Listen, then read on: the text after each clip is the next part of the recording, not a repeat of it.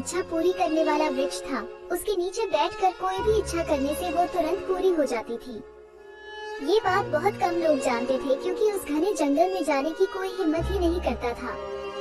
एक बार संयोग से एक थका हुआ व्यापारी उस वृक्ष के नीचे आराम करने के लिए बैठ गया। उसे पता ही नहीं चला कि कब उसकी नींद लग गई। जागते ही उसे बहुत भूख लगी। उसने आसपास देखकर सोचा, काश कुछ खाने को मिल जाए। उसके मन में सोचते ही तुरंत स्वादिष्ट पकवानों से भरी थाली हवा में तैरती हुई उसके सामने आ गई।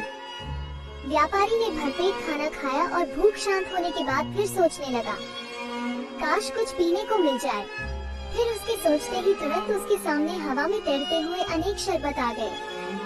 शरबत पीने के बाद वो आराम से बैठकर सोचने लगा, कहीं मैं सपना तो नहीं देख रहा हूँ। हवा में से खाना पानी प्रकट होते पहले कभी नहीं देखा, न ही सुना।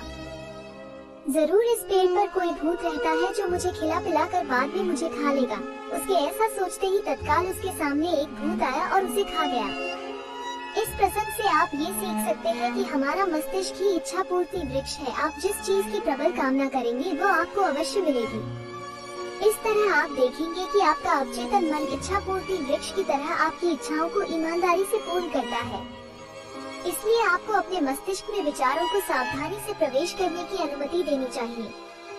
विचार जादूगर की तरह होते हैं, जिन्हें बदलकर आप अपना जीवन बदल सकते हैं। इसलिए सदा सकारात्मक सोचिए। अधिकांश लोगों को जीवन में बुरी चीजें इसलिए मिलती हैं, क्योंकि वे बुरी चीजों की ही कामना करते हैं।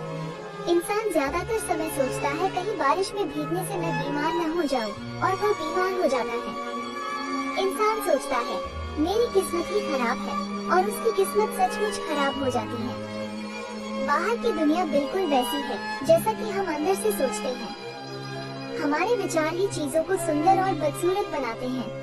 पूरा संसार हमारे अंदर समाया हुआ है, बस जरूरत है चीजों को सही रोशनी में रखकर देखने की।